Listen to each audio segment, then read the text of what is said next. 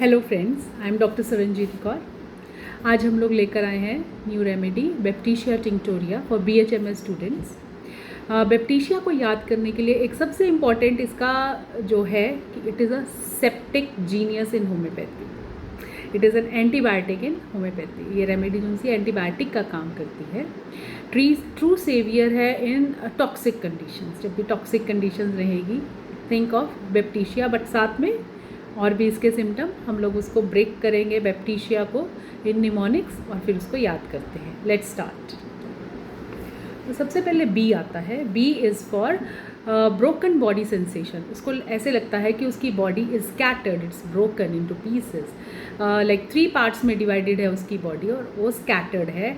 और साथ में जिस भी साइड पे वो सोता है पेशेंट, उसको लगेगा कि वो साइड हार्ड है।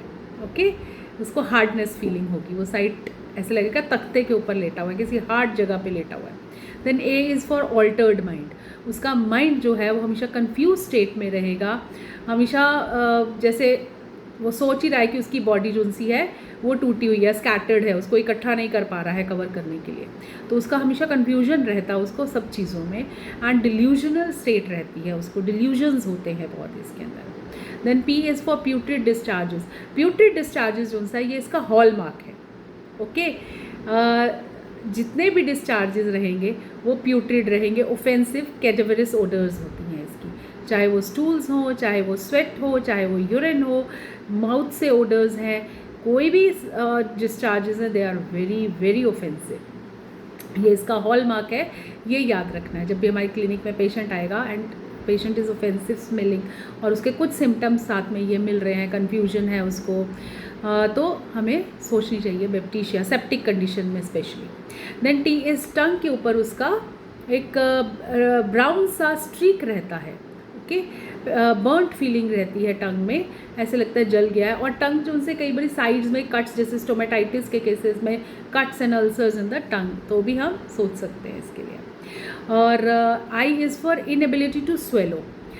सॉलिड फूड नहीं लेता, एवर्जन रहती है इसको, क्योंकि उसका डिग्लूटेशन पैरालिसिस हुआ होता है, उसका फेरिंग्स एंड ईसोफेगस का पैरालिसिस हुआ होता है।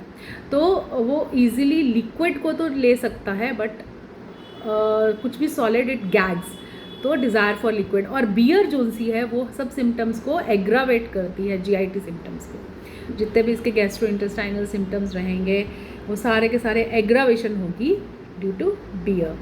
Then S is for sleepy but restless. उसको नींद आ रही है but still he is restless. वो turns and tosses in bed to collect his body parts. And second thing, he sleeps with in the middle of the answer देते देते वो बीच में ही सो जाएगा, अपना सेंटेंस को कंप्लीट नहीं करेगा वो कभी भी। आप एक ये सोचिए कि एक ड्रंकन आदमी है, राइट? इसके साथ लेना नहीं है, but still I am telling you, एक ड्रंकन कोई पर्सन है, उसकी जो स्टेट होती है वैसी सी स्टेट हमें बैप्टीशिया में मिलेगी। ऑफेंसिवनेस होगी, कैन नॉट आंसर, कन्फ्यूजन्स, जो उसका फेस का लुक है वो सारा लुक जो सा है वो हमें बैप्टीशिया में मिलेगा।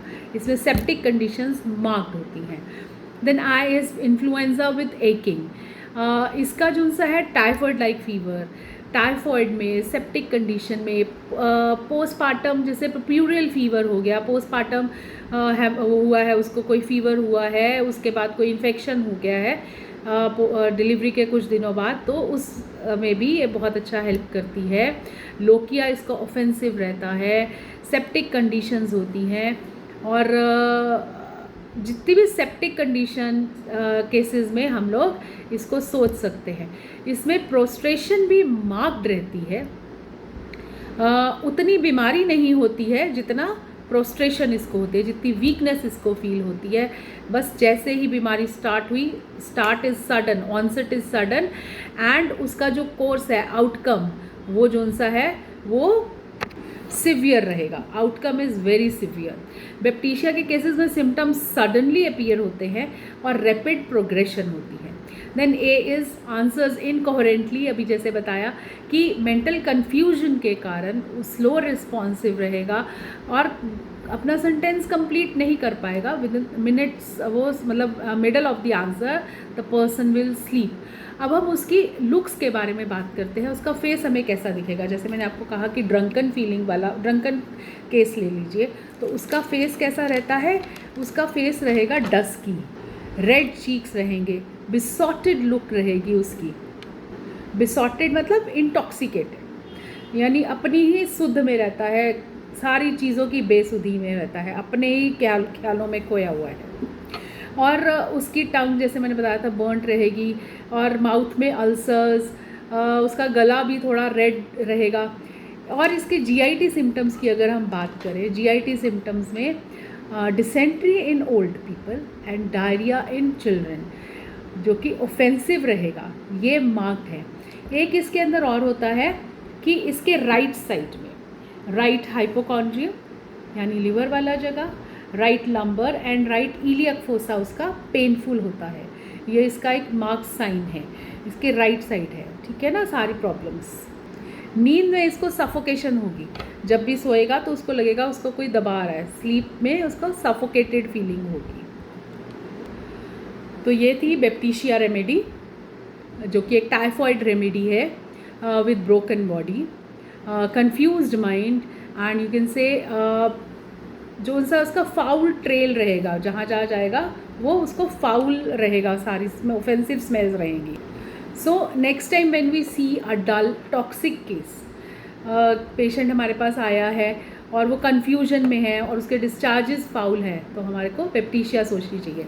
बट हमेशा याद रखिए, this is made only for the students and the doctors for homeopathy, not for the layman. अपने आप से ये मेडिसिन मत लीजिए, क्योंकि आपके लिए हो सकता है सूटेबल नहीं हो ये रेमेडी, ठीक है। Thank you for now. I am doctor Saranjeet Kaur from doctor Saran's homeopathic healing. Bye for now.